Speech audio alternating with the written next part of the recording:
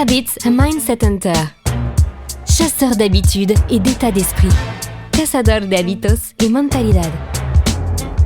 Un état d'esprit innovant pour une vie épanouie. Une émission de et avec Melika Badreddine.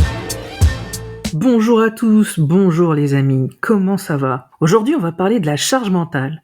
Comment la gérer pour préserver son bien-être ? Merci encore de nous suivre, merci encore de nous soutenir, de partager.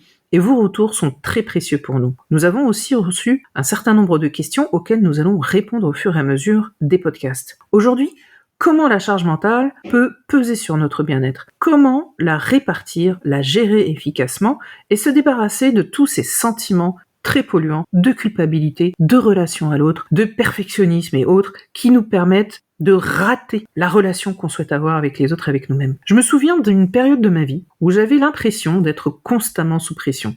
En fait, c'était pas vraiment qu'une impression. J'avais 1000 choses à penser, à organiser, à gérer. J'avais la sensation d'être sous l'eau et que finalement j'y arriverais pas. J'avais du mal à m'en sortir. J'avais l'impression d'être une machine à penser, toujours en train de cogiter, de prévoir, de planifier. Je sentais le stress en moi, la fatigue mentale, les douleurs aux épaules, au ventre, à la nuque, le sentiment d'être dépassé. J'entendais les voix de mes proches qui me demandaient de prendre soin de moi, de me détendre, comme si ça se faisait sur commande. Et finalement, je n'y arrivais pas.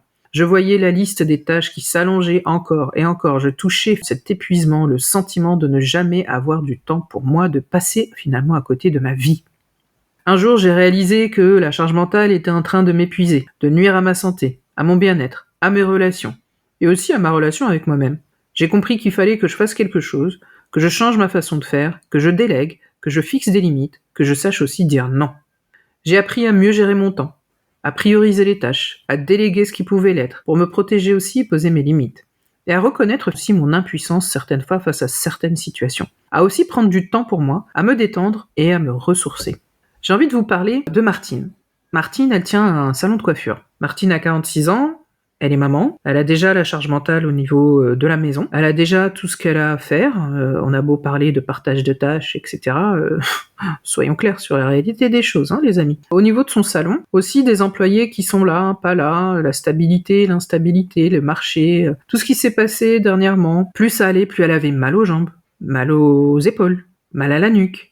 Elle était fatiguée, le matin, elle se réveillait vraiment épuisée. Au fur et à mesure des rendez-vous qu'on a pris ensemble, elle partait d'un état où elle se sentait submergée par sa charge mentale, et finalement elle est prête à identifier ses priorités. Elle déléguait certaines tâches à des employés. Elle a appris à prendre du temps pour elle.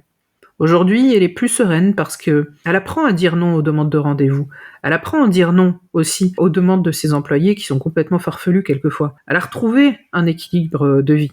Et si vous aussi vous sentez cette charge mentale, si vous vous sentez concerné par cette question, je vous invite à prendre un rendez-vous, qu'on puisse en parler ensemble et voir ce qu'on peut faire, qu'on peut mettre en place ensemble, et aussi à écouter le prochain épisode pour découvrir comment gérer efficacement cette fameuse charge mentale.